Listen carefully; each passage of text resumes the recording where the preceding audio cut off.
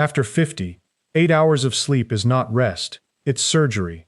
Every night, while your body lies still, your nervous system performs a repair operation so precise that missing it for even 3 nights raises your risk of falls, memory lapses, and daytime confusion in ways most doctors never explain. There's a specific window between roughly 2 and 4 a.m. when your brain does its deepest cleaning, and after 50, that window is shrinking without you noticing.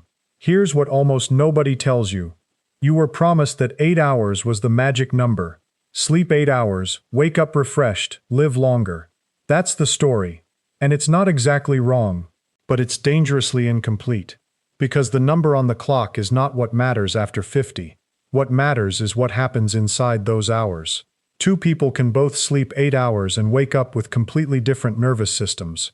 One repaired, one still frayed. For decades, the medical world treated sleep as a single block of unconsciousness.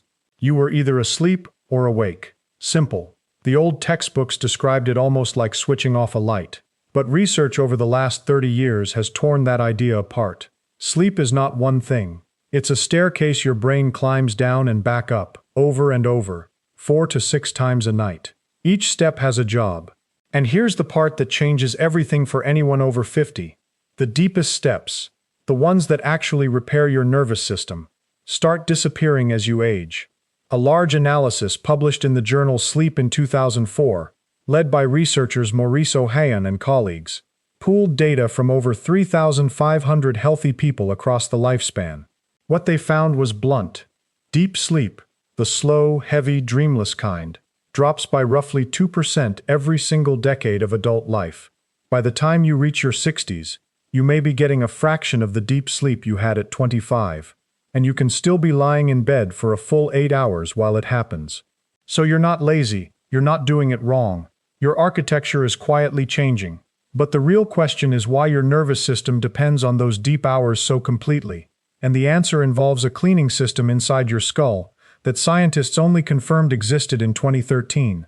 Let me explain what's actually happening in your head while you sleep, because once you understand it, you'll never look at a bad night the same way again. Think of your brain as a busy city. All day long, while you think, worry, remember, and move, your brain cells burn fuel. And just like any city, that activity produces garbage, metabolic waste, broken proteins, the leftover debris of a hard-working organ. In your muscles and organs, the lymphatic system hauls this trash away, but your brain doesn't have lymph vessels running through it.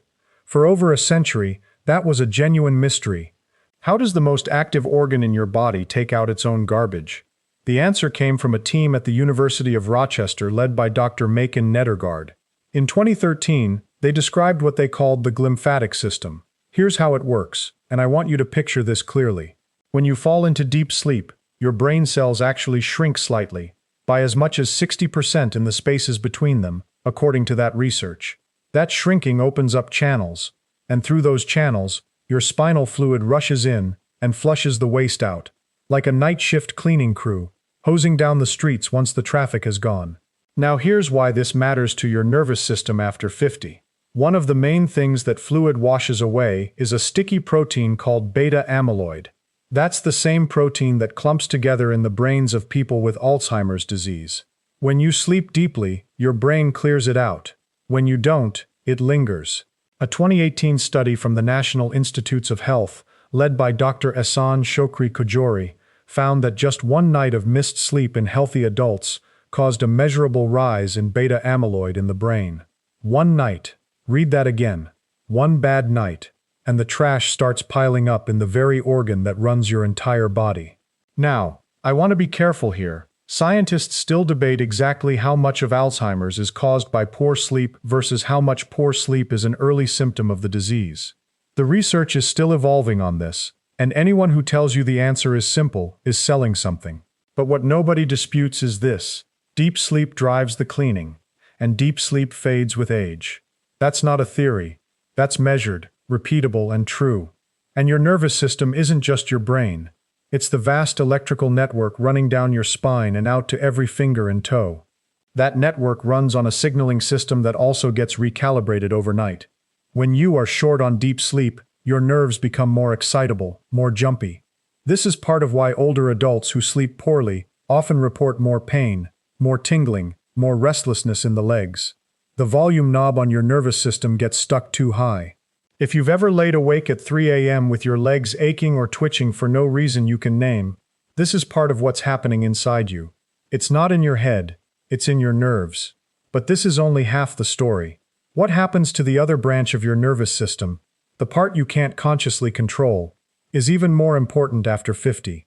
Here's what I mean. You have two nervous systems running underneath your awareness at all times. One is the accelerator. Scientists call it the sympathetic nervous system, the fight-or-flight response. It speeds your heart, tightens your muscles, floods you with stress chemicals.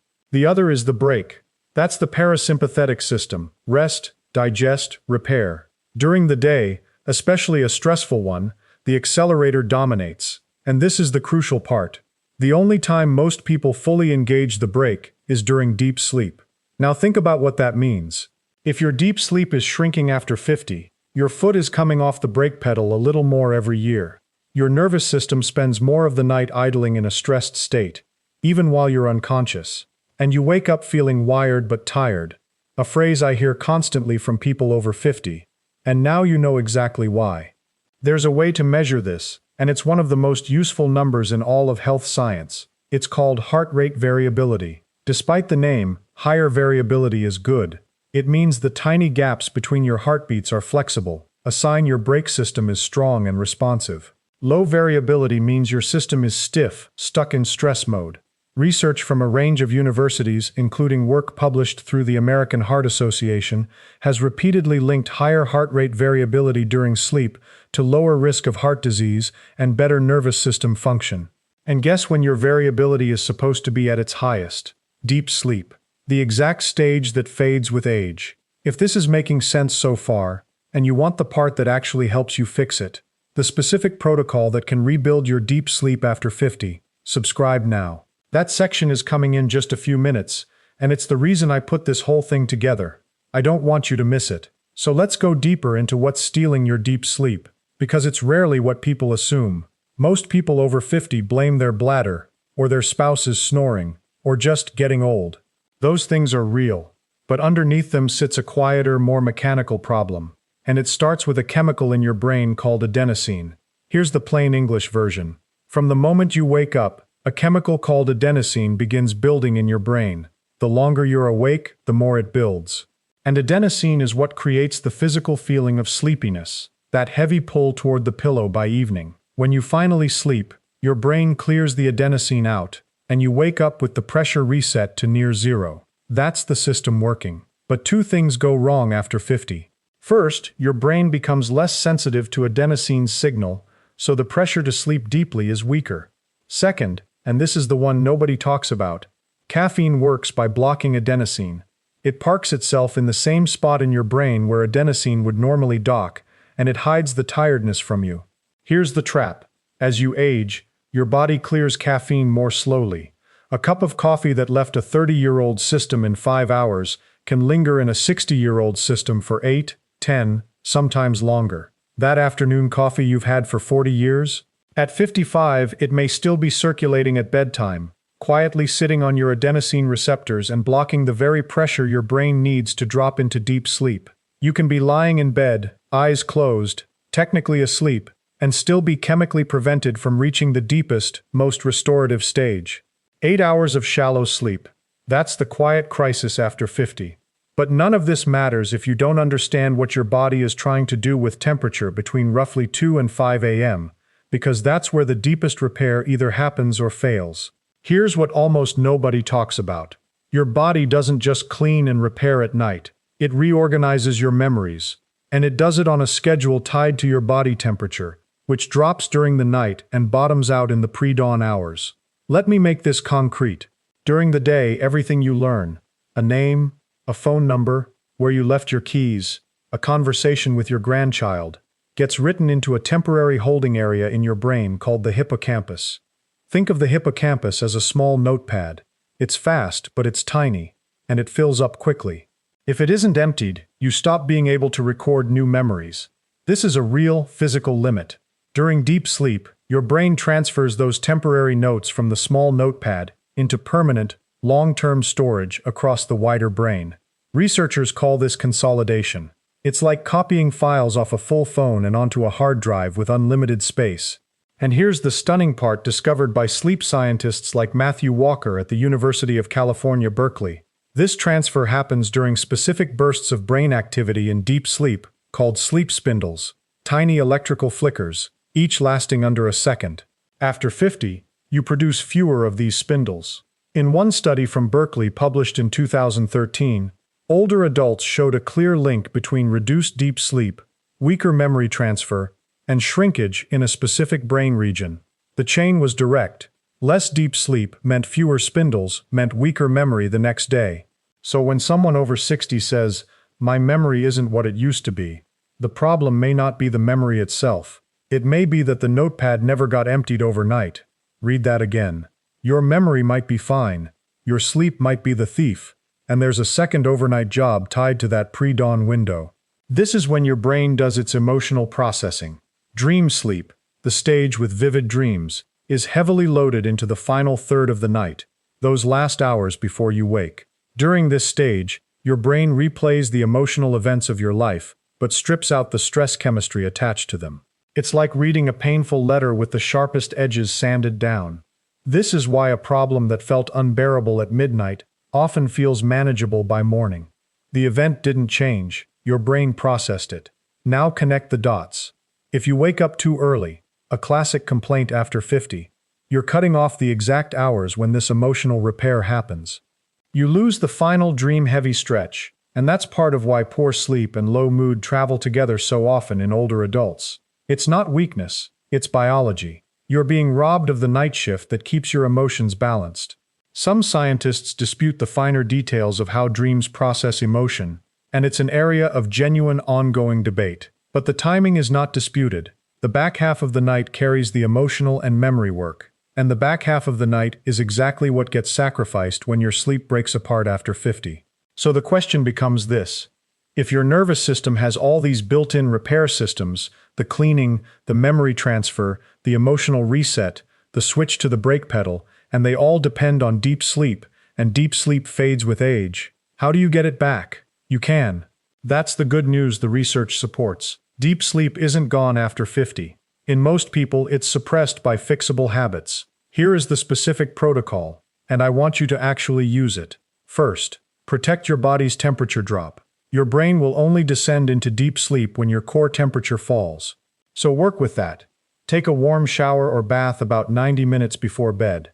This sounds backwards, but the warmth pulls blood to your skin, and when you step out, your core temperature drops faster and deeper than normal, a documented effect that speeds your slide into deep sleep. Keep your bedroom cool, around 65 degrees Fahrenheit, which sleep researchers consistently name as close to ideal. A cool room isn't a comfort preference. It's a mechanical trigger for the exact stage you're trying to rebuild. Second, set a caffeine curfew at 2 p.m. No coffee, no strong tea, no cola after that. Given how slowly your body clears caffeine after 50, this single change can be the difference between shallow 8 hours and deep 6. If even this one step is new to you, hit like right now. It genuinely tells the algorithm to show this to more people over 50 who need it, and it takes you 1 second. Third, anchor your wake time, not just your bedtime. Wake at the same time every day, including weekends, within about 30 minutes. Your body clock is set primarily by when light hits your eyes in the morning, not by when you fall asleep. Within the first 30 minutes of waking, get outside or sit by a bright window for 10 to 15 minutes. That morning light tells the master clock in your brain when night should begin, roughly 16 hours later. Skip it, and your deep sleep window drifts. Fourth, engage the brake before bed. Remember the parasympathetic brake pedal? You can press it manually. Slow breathing does it directly. Try this for 5 minutes in bed. Breathe in for a count of 4, out for a count of 6. The longer exhale is the key.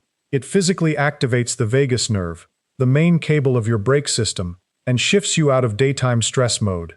This isn't relaxation fluff. It's a direct switch into the state your nervous system needs to enter deep sleep. Fifth, move your body during the day, but finish vigorous exercise at least 3 hours before bed. Physical activity is one of the most reliable ways to increase deep sleep the following night. Dr. Christine Yaffe at the University of California, San Francisco, has spent years studying the link between physical activity, sleep, and cognitive health in older adults, and the pattern is consistent. People who move more sleep deeper and hold on to their memory longer. You don't need a gym. A brisk 30-minute walk counts. Do these 5 things and you're not chasing 8 hours on a clock anymore. You're rebuilding the machinery inside those hours. That's the difference nobody explains. And now you're in the small group that knows it. Let me leave you with something bigger than any single tip. We spend a third of our lives asleep, and for most of human history we assumed that third was simply switched off. Wasted time. The price of being awake. We were wrong. That third of your life is when your body does its most important work. It cleans the organ that makes you who you are. It moves your memories into permanent storage. It sands the pain off your hardest days. It takes its foot off the stress pedal so your heart and nerves can recover for tomorrow. And here's the quiet truth about aging. Nobody warns you that this repair system fades. You just start waking up a little more tired, forgetting a few more names, feeling a little more frayed, and you assume that's just what getting older is. It isn't. Much of it is a repair shift that's being cut short, night after night, in ways you were never taught to see. I want to hear from you.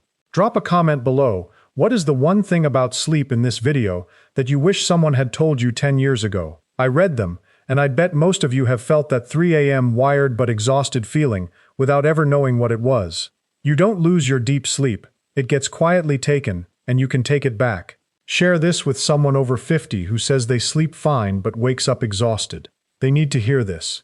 And if you haven't subscribed yet, do it now. What I've been researching for next week is something I've wanted to say for a long time.